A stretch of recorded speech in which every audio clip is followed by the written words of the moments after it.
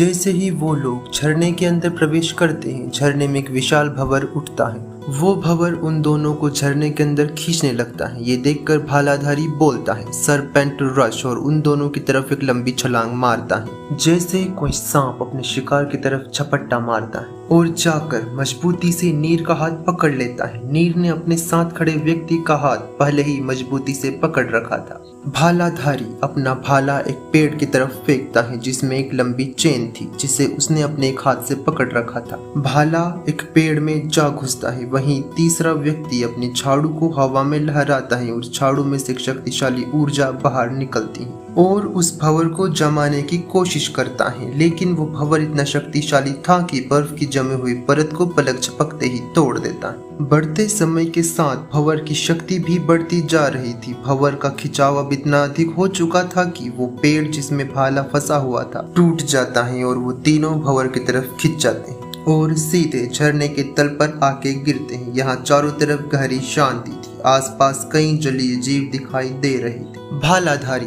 चौंकते हुए बोलता है, मैं यहाँ सांस कैसे ले पा रहा हूँ? नीर बोलता है, मैंने आप दोनों पर एक जादू किया है, इसीलिए आप दोनों पानी में सांस ले पा रहे हैं। नीर खुद की ही बड़ाई करते हुए अब इतना भी आभारी होने की जरूरत नहीं है, आप दोनों अपना सिर उठा सकते हैं। भालाधारी बोलता है, अच्छा इस पर आभारी होकर सर भी झुकाना था क्या?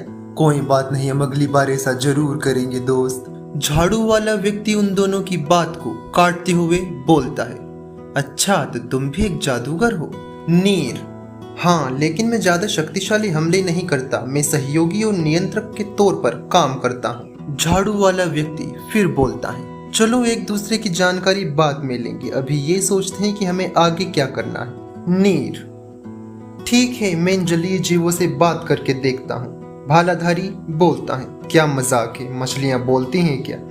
नीर चिड़चिड़े अंदाज में बोलता है, जब तुम्हारा जैसा डेविल बोल सकता है तो मछलियां क्यों नहीं बोल सकती?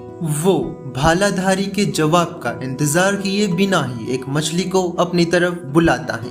मछली, राजकुमार मैं आपकी क्या सेवा कर सकती हूँ? नीर, क्या यहाँ आसपास कोई जादूगर रहता है? मछली, राजकुमार, कुछ सालों पहले यहाँ पर एक मरमेड जाने कहां से आ गई। वो एक छोटी बच्ची थी, उस पर दया करके हमारी रानी ने उसे गोद ले लिया, लेकिन उस आसान फरामोश ने हमारी रानी को धोखे से मार डाला। हमने हमारी रानी के वंशज को बचाने के लिए हमने उससे एक सुरक्षा घेरे में इस झरने के ऊपर रख दिया, लेकिन अब उसकी शक्तियां इस झरने के बाहर भी फैल रही हैं। वो तो राजकुमार आपने इस अंडे को बचा लिया, वरना इसे खाकर वो और शक्तिशाली हो जाती। नीर, क्या आपको पता है अभी उसकी क्षमता क्या है और इसे कैसे मारा जा सकता है? मछली, अभी वो ब्रह्मांड मंडल के चौथे स्तर पर है, लेकिन कुछ दिन पहले जब आप दोनों को the great golden leaf tree अपनी ब्लेसिंग देने के लिए जागृत हुए थे, तब से वो अपनी कुछ शक्तियां खो चुकी हैं। यही सही मौका है उसे पूरी तरह से खत्म करने का। भालाधारी खुश होकर बोलता है, जाइए मछली जी, मार दीजिए उस पापी को, हम आपके साथ ही अपनी रानी का बदला लीजिए। झाड़ू वाला व्यक्ति बोलता है टेलीपैथी से, भाई लगता है ये करमजली तो हमें साफ करवाना चाहती है। जहां वो दोनों उस मछली को गाली दे रहे थे, वहीं नीर अभी तक बिल्कुल शांत खड़ा था। नीर मछली से, आपने अभी किन दोनों के बारे में बात की? मछली, राजकुमार आपके पीछे खड़े राजकुमार रुद्र और राजकुमार निर्वाण के बारे में। नीर पीछे मुड़ता है और उन दोनों से पूछता है, क्या ये सही बोल रहे हैं? वो दोनों हाँ में अपना सर हिलाते हैं। नीर उन्हें देखकर बड़े बड़े आंसू बहाने लगता है जो शांत पानी में कहीं खो गए थे। नीर एक गहरी सांस लेकर बोलता है, आपको पता है मेरे पापा आपके पापा के छोटे भाई हैं। मैं जब भी संगम आता था तब मुझे ताऊ जी बोलते थे कि आप लोग जल्दी आएंगे। राजकुमार होने के कारण मुझे महल से बाहर निकलने की अनुमति नहीं थी, इसलिए मैं हमेशा से ही अकेला रहता था और आप दोनों के लौटने का इंतजार करता था। निर्वाण नीर के सिर पर हाथ रखकर बोलती, कोई बात नहीं, अब हम आ गए हैं ना, तो हम तुम्हें अब कभी अकेला नहीं छोड़ेंगे। रुद्र वातावरण को सामान्य करते हुए हंसकर बोलता है, चलो फिर हम तीनों मिलने की खुशी में वो मछली जो हमारे क्षेत्र पर रानी बन के बैठी है उसे उसकी जगह दिखा कर आते हैं। निर्वाण मछली से पूछती है, तुम्हें उसकी कोई कमजोरी पता है? मछली निर्वाण की बात का जवाब देते हुए बोलती है, उसकी कमजोरी उसका डिफेंस है, इसलिए अगर कोई उसके पास पहुंच जाए तो उसे मारा जा सकता है, लेकिन उसके पास पहुंचना लगभग असंभव है, क्योंकि पहले तो वो अपने जादू से शक्तिशाली हमले कर सकती है और दूसरे उसकी श्रापित आत्माओं की सेना। साथ ही उसने कई शक्तिशाली जलीय जीवों को भी अपने वश में कर रखा है, और अगर इन सब से होकर उस तक पहुंच भी जाए तो वो खुद को एक जगह से दूसरी जगह टेलीपोर्ट करने की क्षमता रखती है। हालांकि वो खुद को एक सीमित दूरी तक ही टेलीपोर्ट कर सकती है, और वो डार्क मर्मिड प्रजाति से है, उसे लाइट मैजिक से आसानी से मारा जा सकता है। निर्वाण बोलती है, लाइट मैजिक, हमारी जीतने की चाबी यही है। वो तीनों अपनी योजना बनाने के बाद मछली को रास्ता दिखाने के लिए बोलते हैं। मछली उन्हें महल का रास्ता दिखाती है और वो तीनों महल से कुछ दूरी पर रुक जाते हैं। अब 10 मिनट हो चुके थे। केस ऑफ जजमेंट के समाप्त होते ही वो डार्क मर्मिड अपनी श्रापित आत्माओं की मदद से अब सब कुछ देख सकती थी। डार्क मर्मिड गुस्से में बोलती है, आखिर वो तीनों कहाँ गए? यहाँ से उनका बचकर निकलना असंभव है। मैं उन तीनों की शक्तियों से सीधे ब्रह्मांड से अनंत ब्रह्मांड मंडल में पहुंच जाऊंगी। ये बोलकर वो जोर जोर से हंसने लगती है और अपनी गुलाम शापित आत्माओं को उन्हें ढूंढने का आदेश देती है। उधर महल के बाहर वो तीनों मछली को वापस जाने के लिए बोलते हैं। मछली बोलती है, नहीं, मैं और मेरे साथ मेरे सभी साथी आपका साथ देंगे। नीर बोलता है, मैं आपके साहस की प्रशंसा करता हूँ, लेकिन ये कार्य हम तीनों मिलकर ही करेंगे। जितने कम लोग होंगे उतना ही अच्छा होगा, क्योंकि यदि हम ज्यादा लोग जाएंगे तो वो पहले से ही सावधान हो जाएगी। मछली, ठीक है राजकुमार, यदि आप ऐसा चाहते हैं तो ऐसा ही होगा, लेकिन यदि आपको हमारी सहायता की जरूरत हो तो आप ये नीला शंख रखिए, इसकी आवाज सुनकर हम आपकी सहायता के लिए आ जाएंगे। ये बोलकर वो वहाँ से ऐसे गायब हो जाती है जैसे वो वहाँ कभी थी ही नहीं। रुद्र उस मछली की तरफ देखते हुए कंफ्यूजन में बोलता है, तुम दोनों को नहीं लगता है कि इस मछली में कुछ झोल है? निर्वाण गुस्से में बोलती है, अरे क्या झोल है? साफ साफ दिख रहा है कि वो हम तीनों की मुंडी फंसा कर यहाँ से भाग गई है। नीर, आप दोनों कुछ ज्यादा ही सोच रहे हैं, मैंने ही तो बोला है उसे यहाँ से जाने के लिए, और देखो वो तो हमें शंख भी देकर गई है मदद के लिए। रुद्र बोलता है, कोई बात नहीं बेटा, तू अभी छोटा है, तू धीरे धीरे सीख जाएगा जाने में और धूल झोंक के जाने में अंदर। कौन जानता ये शंख बचता भी है या नहीं। वो तीनों महल के प्रवेश द्वार की ओर देखते हैं। यहाँ पर कई श्रापित आत्माएं पहरा दे रही थी और उनका लीडर एक ऑक्टोपस था। वो देखने में सामान्य लग रहा था, लेकिन उस पर सम्मोहन किया गया था। रुद्र अपनी सर्पेंट आई का प्रयोग करके ऑक्टोपस के बारे में बताता है कि वो आकाश मंडल के 7वें स्तर पर है और उसके साथ कुल 10 श्रापित आत्माएं। नीर बोलता है, मैं कुछ समय के लिए अपनी विशेष क्षमता से इन सबको भ्रमित कर सकता हूँ। अपना एल्यूजन डोमेन बनाकर डार्क मर्मिड को भ्रम में डाल सकता हूँ, उसे सब कुछ सामान्य दिखाई देगा। ये डोमेन में 15 मिनट तक बनाकर रख सकता हूँ, तब तक हमें उस मर्मिड तक पहुँचना होगा। रुद्र बोलता है, वो सब तुम हम पर छोड़ दो। नीर, domain expansion, drawing into the world of dreams. नीर का एंडलेस ओशन पर्ल तेजी से चमकता है और पूरे महल को अपने घेरे में ले लेता है। रुद्र और निर्वाण तेजी से महल के द्वार की ओर बढ़ते हैं। ये दुश्मन उनसे कम स्तर के होने के कारण उनके सामने गाजर मूली के समान थे, जिनको उन्होंने बस अपने एक ही हमले में मार दिया। हालांकि उस ऑक्टोपस को मारने के लिए निर्वाण को 2 हमले करने पड़े। वो तीनों अपना समय बिल्कुल भी बर्बाद किए बिना तेजी से महल में आगे बढ़ गए। उनके आगे एक बहुत लंबा रास्ता था जो सीधा रानी के चैम्बर तक जाता था, जहाँ पर अभी डार्क मर्मिड थी। लेकिन इस लंबे रास्ते पर कई श्रापित आत्माएं और सम्मोहित किए हुए जलीय जीव थे, जिनका स्तर आगे जाते जाते बढ़ता जा रहा था। वो तीनों उन सबको अपने रास्ते से हटाकर रानी के चैम्बर तक पहुंच जाते हैं। उस चैम्बर के द्वार की सुरक्षा 2 तारा मंडल के 12वें स्तर के बीस्ट कर रहे थे। उन दोनों बीस्ट को देखकर निर्वाण पूछती है, नीर, हमारे पास कितना समय शेष है? नीर, दीदी 4 मिनट। निर्वाण, हमारे सामने 2 शक्तिशाली दुश्मन है और हमारे पास समय कम है, अपनी पूरी शक्ति लगा दो। वो दोनों बीस्ट किसी शार्क की तरह दिखाई दे रहे थे। उन तीनों को देखकर ही उन दोनों बीस्ट ने उन पर हमला कर दिया। उनकी फुर्ती बिजली की तरह तेज थी। उन्हें देखकर लग रहा था कि वो उनके सामने आने वाली किसी भी चीज को चीर कर रख देंगे। रुद्र अपने बीस्ट एम्पर आर्मर को बुलाता है। उस आर्मर को देखकर उन बीस्ट की आंखों में अलग ही डर दिखाई दे रहा है, लेकिन कुछ देर हिचकिचाने के बाद वो हमला कर देते हैं। रुद्र हमले की जगह बचाव पर ध्यान दे रहा। वहीं निर्वाण अपने धनुष से पीछे से हमला कर रही। वो दोनों बीस्ट लगातार शक्तिशाली हमले कर रहे थे। नीर उन्हें ध्यान से देखता है और उसे पता चलता है कि उन दोनों की हमला करने की क्षमता अधिक है, लेकिन उनका बचाव कमजोर है। साथ ही उनमें बुद्धि ना के बराबर है। अगर उनके सर पर सीधा हमला किया जाए तो उन्हें आसानी से खत्म किया जा सकता है, क्योंकि उनका सर उनका सबसे कमजोर हिस्सा है जिसे वो बचाने की पूरी कोशिश कर रहे हैं। तभी निर्वाण रुद्र से बोलती है, इन्हें बाईं ओर ले जा, मैं एक ही तीर से इन दोनों का सर भेद दूंगी। निर्वाण अपनी विशेष क्षमता का प्रयोग करती है और बोलती है, ये न्याय का समय है।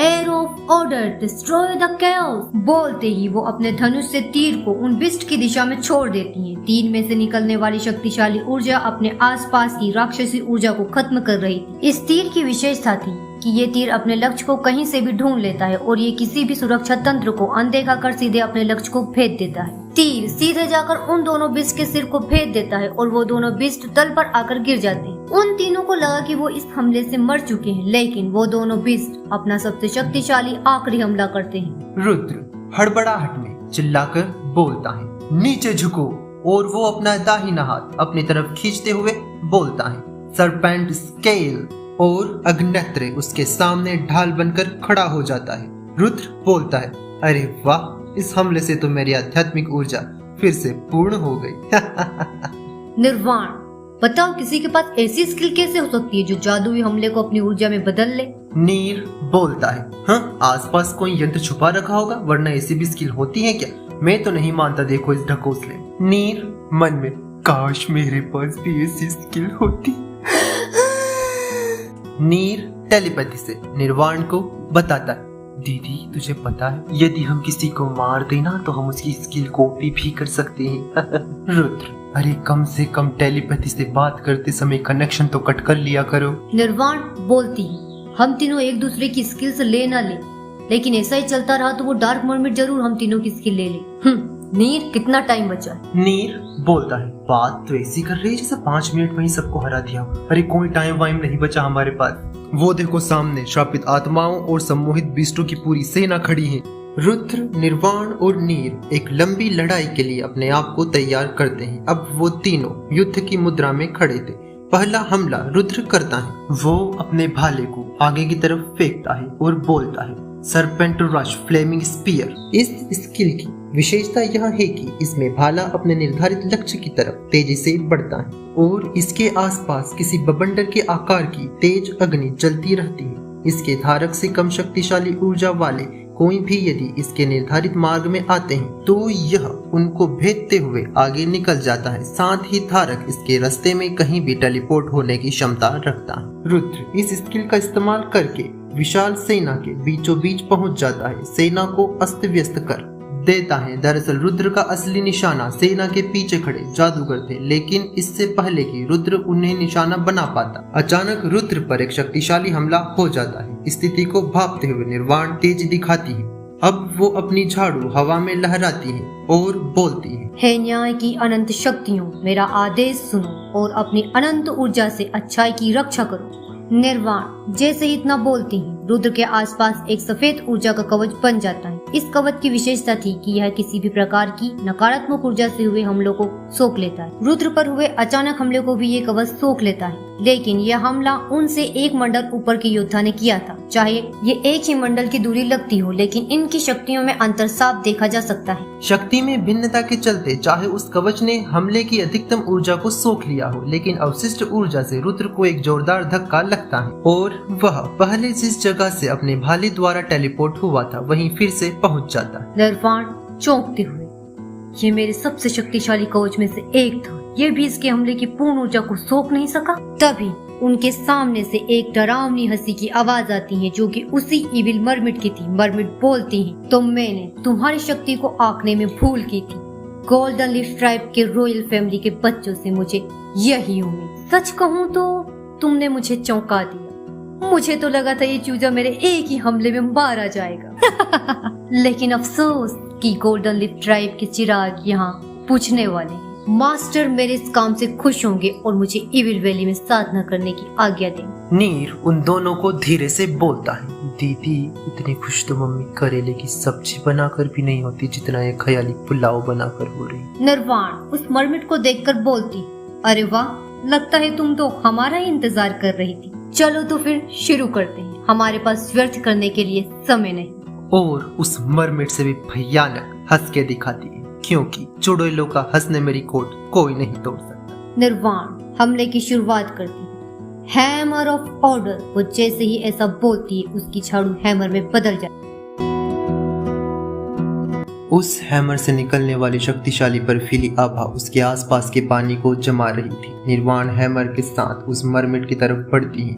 नीर अपना एंडलेस ओशन पर्ल हवा में उठाता है और बोलता है, हे अनंत सागर की शक्तियों, मेरे साथी को अपनी ऊर्जा दो। नीर द्वारा ये स्पेल पढ़ते ही निर्वाण की स्ट्रेंथ, स्पीड और आध्यात्मिक ऊर्जा 3 गुना हो जाती है। उसके रास्ते में आने वाली श्रापित आत्माओं को वो तेजी से साफ करती जा रही थी। वहीं पीछे खड़े जादूगरों ने निर्वाण पर शक्तिशाली हमला करना शुरू कर दिया। इन हमलों के जवाब में रुद्र ने अग्नेत्र को ढाल की तरह सामने खड़ा कर दिया। अग्नेत्र ने उन जादुई हमलों को रुद्र की ऊर्जा में बदल दिया। जहां अग्नेत्र हवा में कहीं गायब हो चुका था, वहीं रुद्र अब उन जादूगरों के सामने खड़ा था। अब हमले की बारी रुद्र की थी। जादूगरों ने रुद्र से भागने की कोशिश की, लेकिन वो चाहकर भी अपनी जगह से हिल नहीं पा रहे थे, क्योंकि नीर ने पहले ही उनके आसपास के पानी को जमा दिया था। हालांकि पानी बर्फ नहीं बना था, लेकिन पानी ने जादूगरों को जकड़ रखा था। इससे पहले कि मरमिट रुद्र पर ध्यान दे पाती, रुद्र आधे से अधिक जादूगरों को मार चुका था। लेकिन बचे हुए जादूगरों को मरमिट ने अपने कवच में ले लिया और उन्हें दूसरी जगह टेलीपोर्ट कर दिया। उसी समय रुद्र पर 3 शक्तिशाली बीस्ट हमला करते हैं। अब बचे थे 6 बीस्ट, 4 जादूगर और मरमिट। रुद्र बोलता है, बीस्टों को मैं संभालता हूँ, और एक स्पेल पढ़ता है, special ability board your emperor beast emperor suppression. इतना कहते ही वो बीस्ट रुद्र के सामने झुक जाते हैं। लेकिन इस शक्तिशाली स्पेल से रुद्र की 50% ऊर्जा का राहस हो गया। इसी कारण रुद्र ने इस स्पेल का इस्तेमाल पहले नहीं किया था।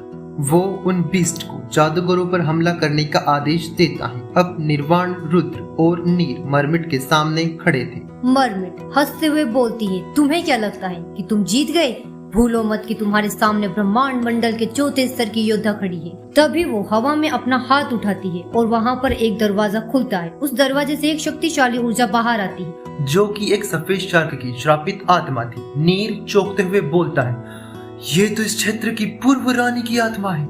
मरमिट बोलती है, हालांकि ये खुसट बुढ़िया मरने से पहले बहु ब्रह्मांड मंडल की थी, लेकिन अब ये ब्रह्मांड मंडल के 3रे स्तर पर ही है। लेकिन फिर भी तुम जैसे तारा मंडल के योद्धाओं के लिए काफी है। और वो उस शार्क को हमला करने का आदेश देती है। वह शार्क उन तीनों पर तेजी से हमला करती है। साथ ही वो मरमिट भी उन तीनों पर जादू से हमला करती है। निर्वाण, हम तीनों को अलग अलग दिशाओं में भागना पड़ेगा। रुद्र, क्या तू इस शार्क को संभाल सकता है? तब तक हम इस मरमिट को मारने का इंतजाम करते हैं। रुद्र बोलता है, हाँ मैं जिंदा रहने की कोशिश करूंगा।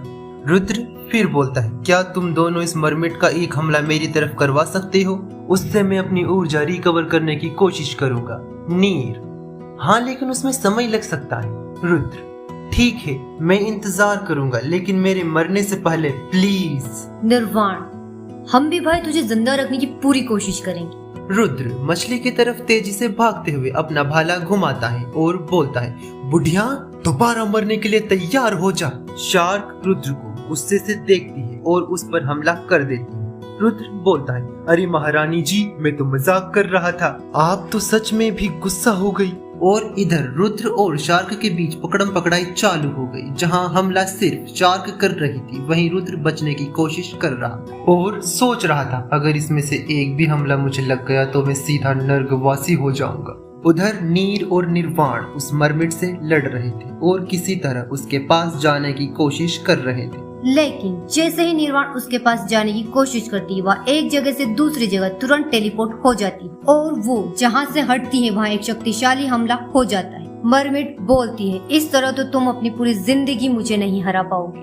तभी नीर बोलता है, अच्छा ऐसी बात है, तुमने वो सुना नहीं कि पानी में रहकर मगरमच्छ से बेर नहीं लेते और मगरमच्छ पानी में मुझसे बेर नहीं लेते। नीर की बात खत्म होते ही उसके आसपास पानी का एक बवंडर उठने लगता है। बवंडर के खत्म होते ही नीर बदल चुका था। अब पैरों की जगह उसकी एक नीली लंबी पूंछ थी। उसके नीले बाल पानी की धाराओं के साथ बह रहे थे। उसकी सुंदर नीली आंखें समुद्र की तरह गहरी थी। ऐसा लग रहा था कि मानो गहरे समुद्र के सारे राज उन नीली आंखों के अंदर छुपे हुए। उस अवतार में आते ही नीर की शक्ति पहले से कहीं अधिक हो चुकी थी। नीर बोलता है, द मरमैन फॉर्म। यह नीर का असली रूप था। मरमिट बोलती, हाँ मैं कैसे भूल गई, तुम तो जल प्रशासन करने वाले डिवाइन मरमिट रेस के हो, लेकिन ये दुर्भाग्यपूर्ण है कि तुम अभी बहुत छोटे हो। नीर मरमिट की बात को नजरअंदाज करते हुए एंडलेस ओशन पर्ल को हवा में उठाता है। Ocean control ice hook capture. वो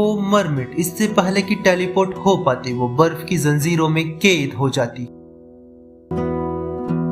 नीर के अपने असली रूप में आने के बाद निर्वाण को मिलने वाला बूस्ट 3 गुना से 6 गुना हो जाता है। निर्वाण अपनी झाड़ू को धनुष में परिवर्तित कर लेती है और बोलती है, air of order destroy the chaos, और तीर चला देती है। तीर सीधा जाकर मरमिट के सिर पर लगता है और मरमिट शांत हो जाती है। उन्हें लगता है कि वो मर गई है, लेकिन वो देखते हैं कि वो शार्क अभी भी किसी पागल कुत्ते की तरह रुद्र का पीछा कर रही थी। नीर कंफ्यूजन में बोलता है, मुझे जहाँ तक पता है किसी भी तरह का जादू अपने मास्टर के साथ खत्म हो जाता है, तो ये श्रापित शार्क की आत्मा अभी तक खत्म क्यों नहीं हुई? इसका मतलब?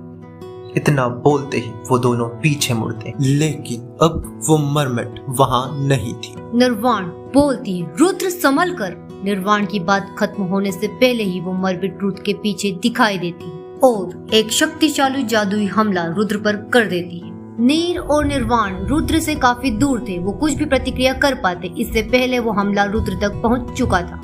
और दूसरी तरफ से उस शार्क ने भी एक शक्तिशाली हमला रुद्र पर किया। रुद्र का इन हमलों से बचना असंभव था, इसलिए उसने इन हमलों को सीधा अपने ऊपर लेने का फैसला किया। रुद्र सोच रहा था, मैं सरपेंट स्केल से भी एक हद तक ही किसी जादुई हमले की ऊर्जा को सोख सकता, लेकिन ये दोनों हमले उसकी क्षमता से कहीं अधिक हैं। वो दोनों हमले रुद्र पर गिरते हैं और आसपास का पानी धुंधला हो जाता है। कुछ देर तक वहाँ कुछ भी दिखाई नहीं दे रहा था। वहाँ चारों तरफ सन्नाटा छा गया था। उस सन्नाटे के बीच मरमिट बोलती, एक तो गया, अब 2 और बचे हैं। वो निर्वाण और नीर की तरफ अपना हमला करने के लिए तैयार हो जाती है, लेकिन इससे पहले कि वो हमला कर पाती, पीछे से एक डरावनी शक्तिशाली आभा उसे महसूस होती। उस शक्तिशाली आभा ने उसे पीछे मुड़ने तक का मौका नहीं दिया और एक शक्तिशाली हमला उस पर हो गया।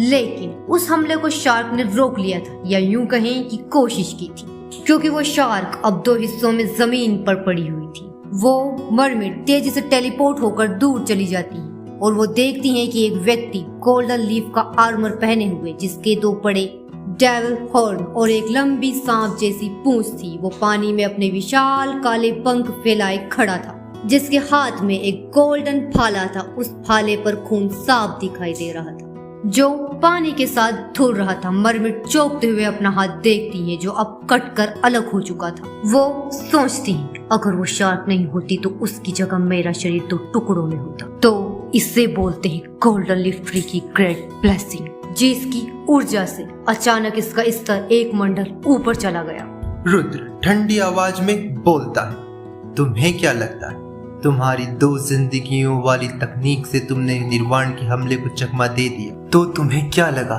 तुम मेरे हमलों को भी चकमा दे दोगी?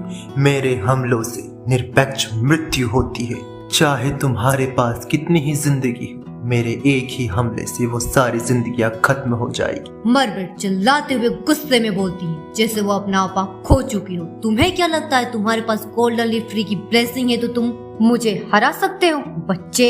लेकिन इससे पहले कि उसकी बात पूरी हो पाती, उसका शरीर 2 टुकड़ों में बट चुका था। अब रुद्र मरमिट के पीछे खड़ा था, अपने खून से लथपथ भाले को लेकर। वो फिर अपने ठंडे स्वर के साथ बोलता है, मुझे ज्यादा बोलने वाले लोग पसंद नहीं, इसके बाद रुद्र के आसपास छाई हुई वो शक्तिशाली आभा पानी में कहीं गायब हो जाती है और रुद्र का बीस्ट एम्परर आर्मर और भाला पुनः साधारण हो जाता है। वो वहीं नीचे जमीन पर बैठ जाता है, जिसे अभी थोड़ी देर पहले ज्यादा बोलने वाले लोग पसंद नहीं थे। वो चिल्ला चिल्ला कर बोलता है, अरे जिसे भाई बहन ही दुश्मन मिले हो उसे दूसरे दुश्मन की क्या जरूरत है? क्या है अब? क्या खड़े खड़े मेरा मुंह देख रहे हो? आओ और मुझे हील करो। अरे उस शार्क का अंडा इस नीर ने चुराया और वो दुश्मनी मुझसे निकाल रही थी। तुम दोनों ने बोला था कि तुम उस मरमिट को संभाल लोगे, तो वो मेरे पीछे क्या कर रहे थे? निर्वाण बेशर्मों की तरह, तुझे नहीं पता भाई क्या कर रही थी?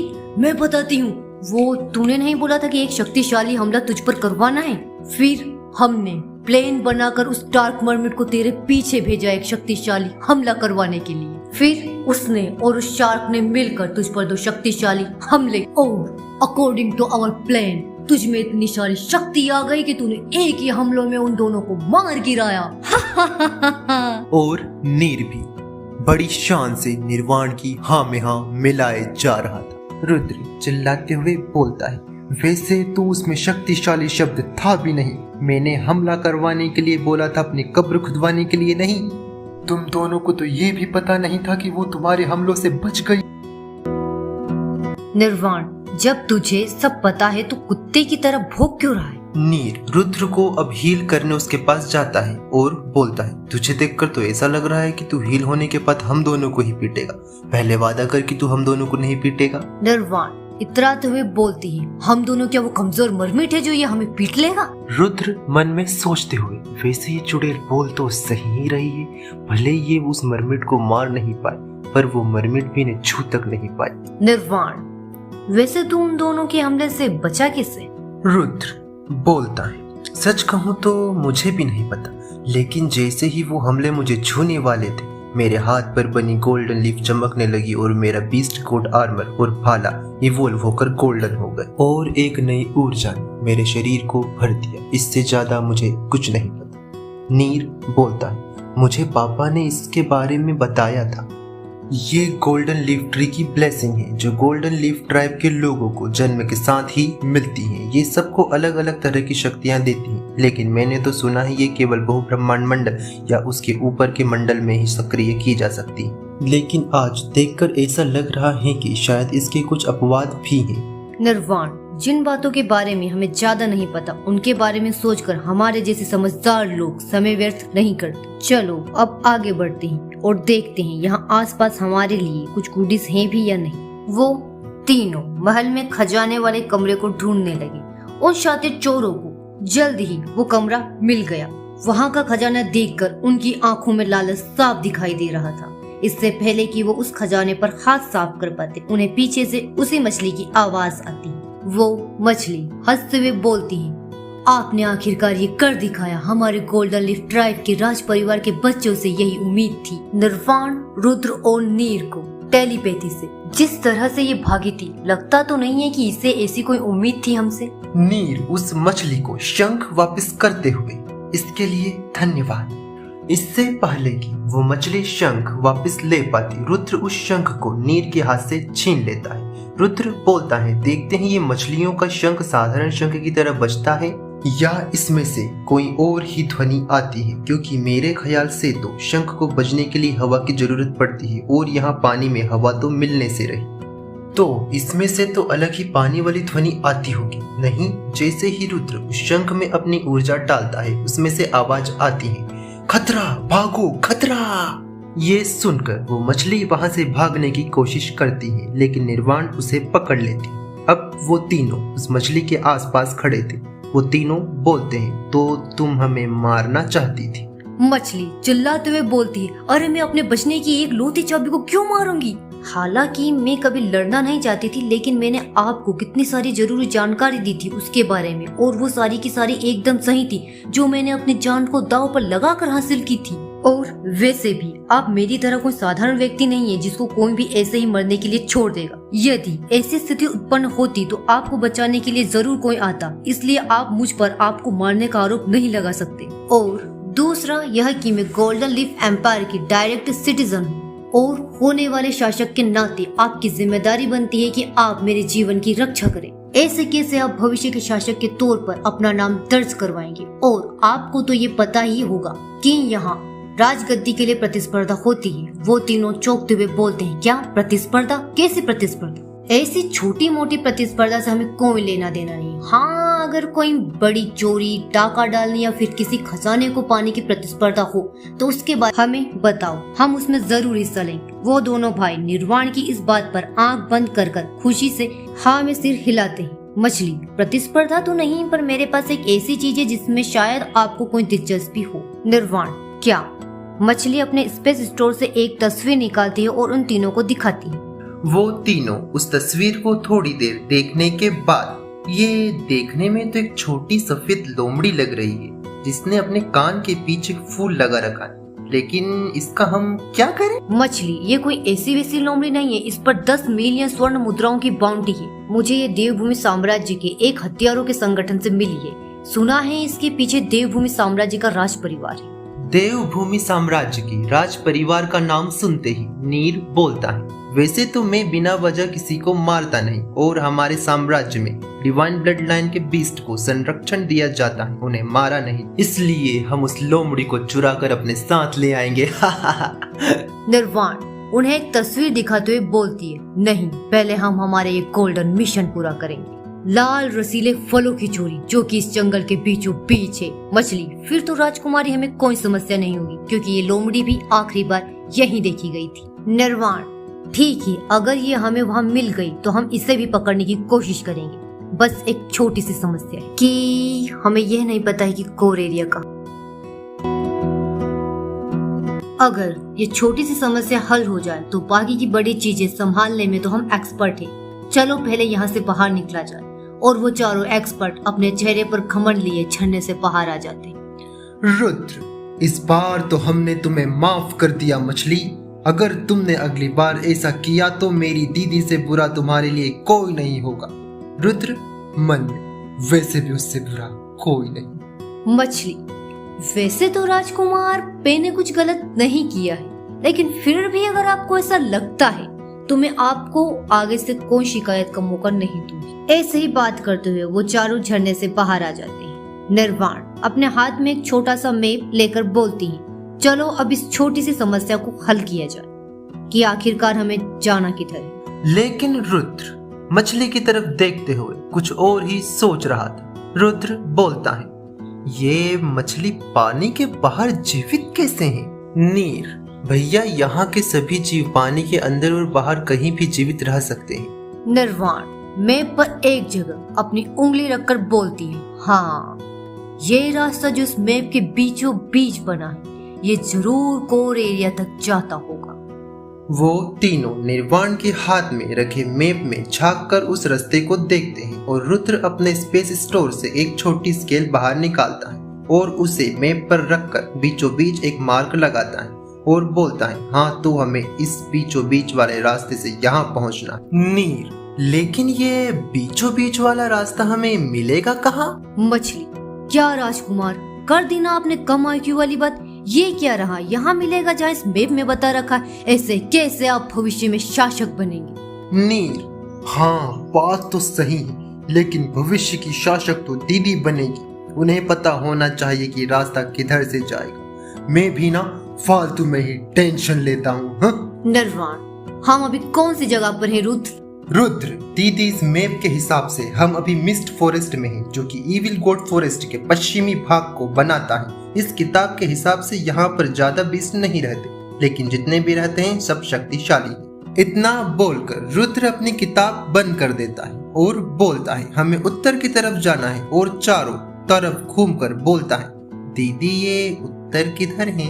क्योंकि रुद्र को मैप देखना तो आता था पर उसका दिशा ज्ञान शून्य पर था। वहीं निर्वाण को चाहे मैप देखना नहीं आता है, लेकिन वो आंखें बंद करके भी दिशा बता सकती। निर्वाण रुद्र के सिर पर मारकर बोलती, बेवकूफ, पहले जिधर तेरा मुंह था ना वही उत्तर दिशा है। नीर, हाँ, इसी दिशा में एक लौता रास्ता है, दीदी मुझे भी दिखाई दे रहा है। रुद्र नीर की तारीफ करते हुए बोलता है, नीर, हाँ, इसी दिशा में एक लौता रास्ता है, दीदी मुझे भी दिखाई दे रहा है। रुद्र नीर की तारीफ करते हुए बोलता है, नीर, हाँ, इसी दिशा में एक लौता रास्ता है, दीदी मुझे भी दिखाई दे रहा है। रुद्र नीर की तारीफ करते हुए बोलता है, अरे वाह छोटे, तेरी आंखें तो बड़ी तेज हैं। तुझे तो इतनी हेवी मिस्ट में भी रास्ता दिखाई दे रहा है। रुद्र नीर को अपने हाथों से आगे पटकते हुए बोलता है, अब आगे का रास्ता तू दिखाएगा। नीर, ओ नहीं तो क्या भैया, ये क्या रहा मेरे पैरों के सामने। वो चारों ऐसे ही बात करते हुए सुनसान जंगल के बीच उत्तर की ओर बढ़ रहे थे, जहां अब निर्वाण सबसे आगे चल रही थी। रुद्र, अगर हम इसी रास्ते पर चलते रहे तो 90% संभावना है कि हमारा सामना इस क्षेत्र के किसी भी बीस्ट से नहीं होगा, लेकिन ध्यान रहे किसी भी चीज को छूना मत। निर्वाण रुद्र से पूछती है कि ऐसा इस रास्ते में क्या है जो हमारा सामना किसी भी बीस्ट से नहीं होगा। रुद्र, ये क्षेत्र दो बीस्ट किंग के क्षेत्रों के बीच सीमा बनाता है। उन दोनों के बीच इस क्षेत्र को लेकर समझौता है कि वो दोनों इस क्षेत्र में प्रवेश नहीं करेंगे और अपनी ही सीमा में रहेंगे। थोड़ी देर चलने के बाद नीर बोलता है, अरे वाह दीदी, धीरे धीरे मिस्ट कम हो रही, लगता है कि मिस्ट फॉरेस्ट की सीमा खत्म होने वाली। निर्वाण के चेहरे के भाव अचानक बदल जाते हैं, उसके चेहरे पर गंभीरता साफ दिखाई दे रही। निर्वाण बोलती है, रुको, मुझे सामने से शक्तिशाली आभा का एहसास हो रहा है, आगे शायद कोई युद्ध कर रहा है। तभी उन्हें पेड़ों के टूटने की आवाज आती है। वो अभी जहाँ चल रहे थे वो एक ऊंचा क्षेत्र था, उनके नीचे एक घाटी थी। उसी घाटी के अंदर दो शक्तिशाली बीस्ट की लड़ाई चल रही थी। वो सब ऊपर से घाटी की तरफ नीचे देखते हैं। रुद्र, ये दोनों तो वही बीस्ट हैं जो कि मिस्ट फॉरेस्ट के इन दो भागों पर राज करते हैं, रेड आई एप किंग और जेड बियर किंग, जो कि दोनों अनंत मंडल के हैं। कहते हैं कि अनंत मंडल में पहुंचकर व्यक्ति अमर हो जाता है। नीर बोलता है, भैया ये तो पूरे 5 मंडलों की दूरी है, ये दोनों तो हमें देखकर ही नर्क की यात्रा करवा सकते हैं। इनसे हम जितना दूर रहें उतना ही अच्छा है। प्लीज अब ये मत कहना कि इस घाटी से होकर हमारा रास्ता गुजरता है। रुद्र, अच्छा ठीक है, मैं ये नहीं कहता, लेकिन हमें जाना इसी घाटी से है, क्योंकि इस घाटी के उस पार मिस्ट फॉरेस्ट का क्षेत्र खत्म होकर वैदिक वन शुरू होता है। कहते हैं कि इसमें आज तक जो भी गया कभी नहीं लौटा, इसीलिए इस किताब में इसके बारे में ज्यादा जानकारी नहीं है। निर्वाण, अरे वैदिक वन तो हम तब पहुंचेंगे ना जब यहाँ से निकलेंगे। मैंने तो पढ़ा है कि जब अनंत मंडल के योद्धा लड़ते हैं तो वो कई किलोमीटर की जगह को तबाह कर देते, लेकिन यहाँ तो ऐसा कुछ नहीं हो रहा।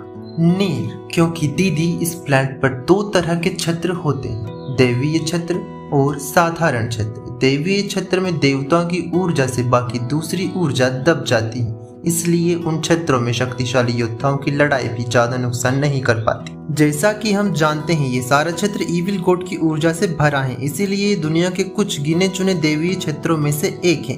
यही कारण है कि इन दोनों बीस्टों की ऊर्जा यहाँ फैल नहीं पा रही। निर्वाण, अच्छा ऊर्जा नहीं फैलती, तो अगर हम नदी के रास्ते निकल कर जाएं तो? रुद्र, दरअसल इस नदी में भी एक अनंत मंडल का बीस्ट रहता है, जिसका नाम है evil snow serpent king. Rudra की बात खत्म होने से पहले ही एक सफेद रंग का सांप नदी से बाहर निकलता है और उसकी पूंछ से एक जोरदार हमला उन दोनों बीस्ट किंग पर करता है। अब युद्ध उन तीनों बीस्ट किंग के बीच हो रहा था। अब उनसे निकलने वाली भयानक ऊर्जा उन चारों तक पहुंच रही थी। उस ऊर्जा से बचने के लिए वो चारों थोड़ा पीछे हट जाते हैं। नीड, भैया तू अपने सम्मोहन करने वाले जादू से इन बीस्टों को सम्मोहित क्यों नहीं कर लेता, जैसे तूने उस डार्क मर्मिट के गुलामों को किया था। रुद्र, मैं अपनी बीस्ट सप्रेशन स्पेल का प्रयोग अपने से 2 मंडल ऊपर के बीस्ट पर ही कर सकता हूँ। जैसे जैसे किसी व्यक्ति का मंडल बढ़ता जाता है उसकी मानसिक ऊर्जा भी उसी के साथ बढ़ती जाती है, इसीलिए उन्हें सम्मोहित करना लगभग नामुमकिन होता है जब तक तुम्हारा मंडल उनके बराबर ना हो। और ये तो बीस्ट किंग का टाइटल सिर्फ अनंत मंडल के बीस्ट को ही मिलता है, ये लोग हमसे पूरे 5 मंडल ऊपर। मछली, वैसे मेरे पास एक सुझाव तो है, लेकिन वो काम करेगा या नहीं ये मैं नहीं कह सकती। निर्वाण, बताओ तुम्हारा सुझाव क्या है, हम उस पर विचार करेंगे। रुद्र, मछली से पिछली बार तो तुम हमें शंख देकर भागी थी, इस बार बांसुरी देकर भागने का विचार कर रही हो क्या? वैसे ऐसे कितने इंस्ट्रूमेंट है तुम्हारे पास?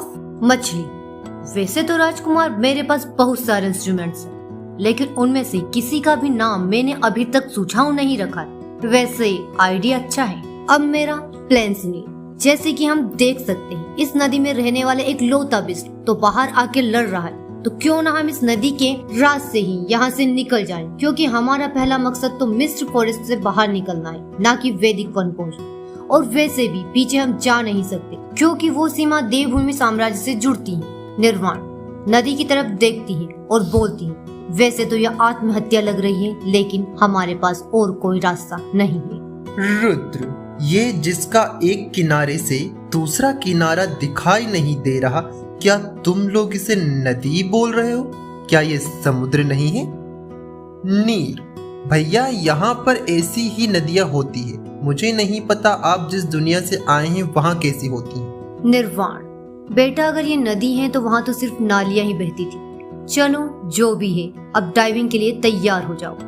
अब वो चारों उन बिस्ट किंग्स से बचते हुए नदी में कूदने के लिए तैयार हो जाती हैं। सबसे पहले छलांग मछली लगाती है और उसके पीछे वो तीनों भी नदी में कूद जाते हैं। जैसे ही वो नदी में कूदते हैं, उन्हें पता चलता है कि इसका बहाव काफी तेज है, बिना ऊर्जा की सहायता के उसमें चला नहीं जा सकता। रुद्र उस नदी के बारे में पढ़ने के लिए अपने स्पेस स्टोर से किताब निकालता है। वो बोलता है, इस नदी का नाम रुद्र के नाम लेने से पहले ही नीर बोल पड़ता है, डेथ रिवर, है ना भैया? रुद्र, हाँ, लेकिन तुझे कैसे पता? नीर, क्योंकि भैया इस नदी में भारी मात्रा में विष है। इस नदी में उगने वाली सारी वनस्पतियां उच्च स्तर की विषैली जड़ी बूटियां हैं जो इस नदी को दुनिया की सबसे भयानक नदी बनाती हैं। यहाँ से कोई भी जिंदा वापस नहीं निकल सकता। रुद्र, अगर ये सब कुछ तुझे पता था तो पहले क्यों नहीं बताया? अरे ये तुम सब मछलियों का दिमाग खराब होता है क्या? अब चलो जल्दी बाहर निकलो यहाँ से। नीर, भैया मुझे ये पता था कि एक ऐसी नदी है, लेकिन वो ये नदी है मुझे ये अभी अभी पता चला है, यहाँ के पानी को छूकर। और दूसरी बात कि इस विष की वजह से अब हम में इतनी ऊर्जा नहीं बची कि हम इस बहाव को चीर कर यहाँ से बाहर निकल सके। अब हमारी अधिकांश ऊर्जा इस विष को न्यूट्रलाइज करने में लग गई। मुझे नहीं पता कि ऐसा क्यों होता है, लेकिन ऐसा ही होता है। निर्वाण अपनी झाड़ू अपने हाथ में लेकर बोलती, एरिया प्यूरिफाई, एरिया फ्रीज, और वो चारों एक बर्फ के गोले में कैद हो जाते हैं। इस बर्फ के गोले का अधिकांश विष निर्वाण ने अपने प्यूरिफाई स्पेल से खत्म कर दिया था, लेकिन उनके शरीर में पहले ही अत्यधिक विष जा चुका था, जिसकी वजह से वो बेहोश हो जाते हैं। जब उन चारों की आंखें खुलती हैं, तब वो खुद को एक वैली में पाते हैं। यहाँ चारों तरफ कई कीमती औषधियाँ थी। उनकी आंखें खुलते ही उनके कानों में एक आवाज आती है, गुड मॉर्निंग। वो चारों उस आवाज की तरफ देखते हैं जो कि एक हरे रंग के सांप की थी। उसमें से निकलने वाली ऊर्जा शक्तिशाली थी, लेकिन उसने अपनी ऊर्जा को नियंत्रित कर रखा था, जिसके कारण उन चारों को कोई दबाव महसूस नहीं हो रहा था। वो सांप बोलता है, तुम्हें पूरे 3 दिनों में होश आया है, कितने कमजोर हो तुम लोग, बोलकर अपने इंसानी रूप में आ जाता है। पीछे से एक आवाज आती है, बड़े बोल रहे हैं कि कमजोर है। अरे आपको पूरे 3 घंटे लगे थे उस बर्फ के गोले को पिघलाने में मास्टर। सांप बोलता है, हाँ तो तूने मुझे बाद में बताया था कि मैं उसे जादू से भी तोड़ सकता हूँ। फिर वो लड़का बोलता है, हाँ तो आपको क्या लगता है जादुई बर्फ से बने हुए गोले को आप ऐसे ही तोड़ देंगे? उन दोनों की बात सुनकर वो चारों लगभग फिर से बेहोश होने वाले थे। नीर, दीदी, उस सांप ने बोला कि हम पूरे 3 दिनों से बेहोश थे।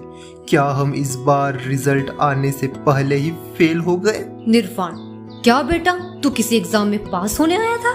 नीर, हम एग्जाम भी तो दे रहे थे। निर्वाण, अरे नहीं नहीं, हम तो एग्जाम के बहाने फल लेने आए थे। एग्जाम तो बेवकूफ लोग देते हैं, हमारे जैसे महान लोग तो बड़े बड़े काम करते हैं। नीर, अच्छा फिर ठीक है।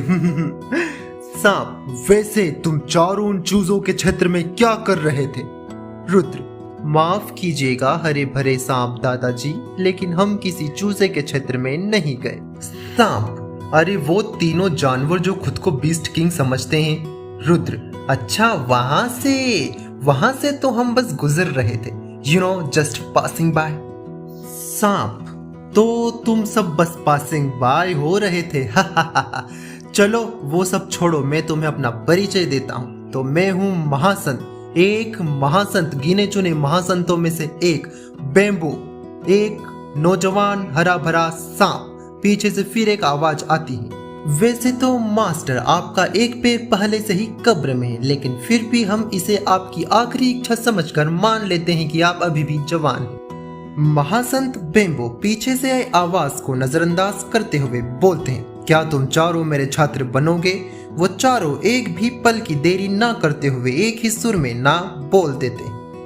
महासंत बेम्बो, क्या मैंने इन्हें ये नहीं बताया कि मैं एक महासंत हूँ? पीछे से एक आवाज आती है, नहीं मास्टर, आप ये बता चुके हैं। महासंत बेम्बो, क्या बता चुका हूँ? अच्छा, समझा। ये सभी बच्चे ये नहीं जानते कि एक महासंत से पढ़ना क्या होता है। महासंत बेम्बो के पीछे से एक लड़का आगे आता है जिसने अपनी पीठ पर एक लंबी तलवार टांग रखी थी। उसकी उम्र देखने में ज्यादा नहीं लग रही थी, लेकिन उसकी आभा शक्तिशाली थी। उसने अपनी आध्यात्मिक ऊर्जा को छुपा रखा था, जिससे ये पता नहीं चल रहा था कि उसका मंडल क्या है। वो महासंत बेम्बो के पास आकर खड़ा हो जाता है और बोलता है, नहीं मास्टर, उनका चेहरा देखकर ही पता चल रहा है कि उन्हें पता है कि महासंत क्या होता है, वो बस पढ़ना नहीं चाहते। महासंत बेम्बो, अच्छा तो तुम पढ़ना नहीं चाहते, चलो मैं तुम्हें एक कहानी सुनाता हूँ। इससे पहले कि महासंत बेम्बो ने कहानी सुना पाते, लंबी तलवार वाला लड़का जो कि महासंत बेम्बो का स्टूडेंट था, वो बोलता है, नहीं मास्टर, यहाँ किसी भी तरह की कोई कहानी की आवश्यकता नहीं है। आपकी सारी कहानियां आप पर ही शुरू होकर आप पर ही खत्म हो जाती हैं, जिसका दूर दूर तक वास्तविकता से कोई संबंध नहीं होता। उनको सुनना बस समय की बर्बादी। महासंत बेम्बो चिल्लाते हुए, तुम अपने मास्टर के बारे में ऐसा कैसे बोल सकते हो? मेरी सारी कहानियां व्यक्ति को एक नई ऊर्जा से भर देती हैं और वो अपने कर्म मार्ग के ऊपर अग्रसर हो जाता है। महासंत बेम्बो की बात काटते हुए अपने हाथ में किताब लेकर रुद्र बोलता है, हमें कर्म मार्ग पर नहीं बल्कि घर के मार्ग पर अग्रसर होना होगा, क्योंकि हम थोड़ा और लेट होने के परिणाम नहीं झेल पाएंगे। इस पूरे जंगल के बीस्ट को मिलाकर भयानक तो एक अकेला बीस्ट है, वो फोस्टर। मेरे प्यारे जवान हरे भरे दादाजी, प्लीज क्या आप हमें रॉयल कैपिटल संगम पहुंचने में मदद कर सकते हैं? महासंत बेम्बो सोचते हुए, देखो बेटा, इसमें तुम्हें तुम्हारी कोई मदद नहीं कर सकता, क्योंकि संगम के अंदर एक फॉर्मेशन है जिसमें मेरे जैसा महासंत तो क्या, परम संत या खुद देवता भी टेलीपोर्ट नहीं हो सकते। रुद्र आंखें टिमटिमाते हुए, तो उसके आसपास कहीं? महासंत बेम्बो, हाँ, मैं तुम्हें इविल गोड फॉरेस्ट की सीमा पर टेलीपोर्ट कर सकता हूँ, लेकिन इसके बदले में तुम मुझे क्या दोगे? एक काम करो, मेरे स्टूडेंट बन जाओ। वो चारों फिर मुंह बनाते हुए बोलते हैं, नहीं, हम पैदल ही चले जाएंगे। उनकी इस बात पर महासंत बेम्बो का स्टूडेंट जोर जोर से हंसने लगता है। महासंत बेम्बो गुस्से में, इसमें हंसने वाली क्या बात है? तुम्हें क्या लगता है मैं यहाँ चुटकुले सुना रहा हूँ? उनकी बात सुनकर महासंत बेम्बो का स्टूडेंट चुप हो जाता है। महासंत बेम्बो आगे बोलते हैं, देखो, ऐसे अवसर बार बार नहीं मिलते, लेकिन फिर भी अगर तुम मेरे स्टूडेंट बनना नहीं चाहते तो कोई बात नहीं, मैं एक टेलीपोर्टर खोलूंगा जो गोल्डन लीफ साम्राज्य की आंतरिक सीमा के पास खुलेगा। वैसे तो ये क्षेत्र भी गोल्डन लीफ साम्राज्य के अंतर्गत ही आता है, लेकिन यहाँ पर कुछ ऐसी शक्तियां भी हैं जो इसका शासन नहीं मानती। रुद्र, हाँ, वो सब तो ठीक है, आप बस टेलीपोर्टर खोल दीजिए हरे भरे दादाजी। महासंत बेम्बो, आजकल के बच्चों को तो ज्ञान की बातों में कोई रुचि ही नहीं है। तभी वो अपना हाथ हवा में घुमाते हैं और एक टेलीपोर्ट फॉर्मेशन जमीन पर दिखाई देती है, जिसके अंदर कई प्राचीन लेख थे। उस फॉर्मेशन से एक शक्तिशाली ऊर्जा चारों तरफ फैल गई। वो चारों उस फॉर्मेशन में चले जाते हैं। अब वो चारों उस फॉर्मेशन से गोल्डन लीफ साम्राज्य की आंतरिक सीमा से 2 किलोमीटर दूर टेलीपोर्ट हुए थे। मछली खुश होकर, हाँ, वो देखो, हमें सामने जाना है। उधर पूर्वी सीमा पर पहरा दे रहे सिपाहियों को आसमान से एक सुनहरी रोशनी नीचे आती हुई दिखाई देती है। उसमें से एक सिपाही दौड़ता हुआ जाता है और उस क्षेत्र के कमांडर को बताता है, सर, सीमा से कुछ 2 किलोमीटर दूर एक टेलीपोर्टर खुला है, उसमें से एक बहुत शक्तिशाली ऊर्जा निकल रही है। कमांडर, जो कि एक अनंत मंडल का योद्धा है जिसका नाम परमवीर सेन है, बोलता है, एक स्क्वाड तैयार करो, हम खुद वहां देखने जाएंगे। सैनिक, यस सर। स्क्वाड तैयार होने के बाद कमांडर स्क्वाड के साथ उस दिशा की ओर बढ़ जाता है जहां टेलीपोर्ट फॉर्मेशन खुली थी। कुछ दूर उस दिशा में चलने के बाद कमांडर और उसके स्क्वाड को 4 लोग सामने से आते हुए दिखाई देते हैं। वो चारों व्यक्ति काले चोगे में थे। वो चारों तारामंडल के थे। कमांडर, क्या उस फॉर्मेशन में से ये चारों बाहर निकले हैं? सिर्फ तारामंडल के? कमांडर उन चारों को रोकने का आदेश देता है और पूछता है, तुम लोग कौन हो और तुम्हारी हिम्मत कैसे हुई बिना आज्ञा के गोल्डन लीफ एम्पायर की आंतरिक सीमा में प्रवेश करने की? उनमें से आगे चल रही एक लड़की बोलती है, हम गोल्डन लीफ इंपीरियल एकेडमी की प्रैक्टिकल एग्जाम दे रहे थे। हम अभी अभी इविल गोड फॉरेस्ट से आए हैं, हमें प्रवेश की अनुमति दी जाए। कमांडर, तुम्हें क्या मैं बेवकूफ दिखाई देता हूँ? एम्पीरियल एकेडमी की प्रैक्टिकल एग्जाम एक दिन पहले ही खत्म हो चुकी हैं और वैसे भी वो एग्जाम इविल गोड फॉरेस्ट के उत्तर पश्चिमी क्षेत्र में करवाई गई थी और तुम लोग इविल गोड फॉरेस्ट की उत्तर दक्षिणी सीमा से आ रहे हो। कोई भी योद्धा जो कि महासंत मंडल से नीचे हो, उसका उत्तर पश्चिमी क्षेत्र से उत्तर दक्षिणी क्षेत्र तक जीवित आना असंभव है। और दूसरी बात, तुम लोग अभी अभी एक टेलीपोर्ट फॉर्मेशन से आए हो, जिसे बनाना किसी भी तारामंडल के योद्धा के लिए संभव नहीं, फिर चाहे वो कितनी भी शक्तिशाली वंश से आता हो। लेकिन फिर भी मैं तुम्हें एक अवसर देता हूँ। तुम्हारे पास एग्जाम देने का टोकन तो होगा ही सही, जो तुम्हें एम्पीरियल एकेडमी से मिला होगा। चलो मुझे वो दिखाओ और मैं तुम्हें एम्पीरियल एकेडमी को सौंप दूंगा। लेकिन अगर तुम्हारे पास नहीं है तो तुम्हें उसके परिणाम झेलने होंगे। तभी एक लड़की जो सबसे पीछे खड़ी हुई थी गुस्से में बोलती है, बदतमीज, तुम हमारी राजकुमारी से ऐसे बात कर रहे हो? लगता है सेन वंश के लोगों को तमीज नहीं सिखाई जाती। वैसे तुम्हारे वंश चिन्ह को देखकर लगता है कि तुम सेन वंश के किसी उपवंश से हो। तभी स्क्वाड कैप्टन जो कि कमांडर के साथ खड़ा था बोलता है, यहाँ पर बदतमीजी तो तुम कर रही हो। हमारे कमांडर ने तो दया दिखाते हुए तुम्हें एक अवसर प्रदान किया था, लेकिन तुमने उनसे इस तरह से बात की। और वैसे भी क्या फर्क पड़ता है कि ये राजकुमारी है? भूलो मत, तुम्हारे सामने गोल्डन लीफ एम्पायर के उत्तर पश्चिमी सीमा के 10 कमांडर्स में से एक परमवीर सेन है, जो कि सेन परिवार की उपशाखाओं में से सबसे शक्तिशाली परिवार के मुखिया हैं।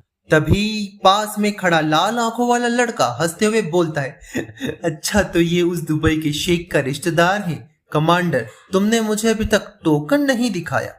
सामने खड़ी लड़की अपने आसपास खड़े लड़कों से पूछती है, नीर, तेरे पास कोई टोकन है क्या? नीर, नहीं दीदी, मेरे पास तो कोई टोकन नहीं है। फिर वो पीछे मुड़ती है और पूछती है, और रुद्र, तेरे पास?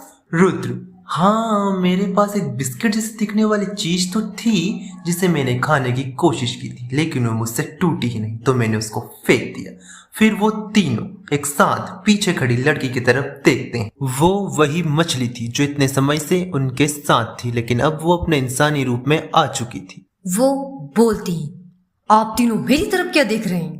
वो तीनों एक साथ सुर में सुर मिलाकर बोलते हैं, तुम तो यहाँ की डायरेक्ट सिटीजन हो ना, तुम्हारे पास ऐसा कुछ तो होगा जिससे हम ये प्रमाणित कर सके कि हम यहीं के नागरिक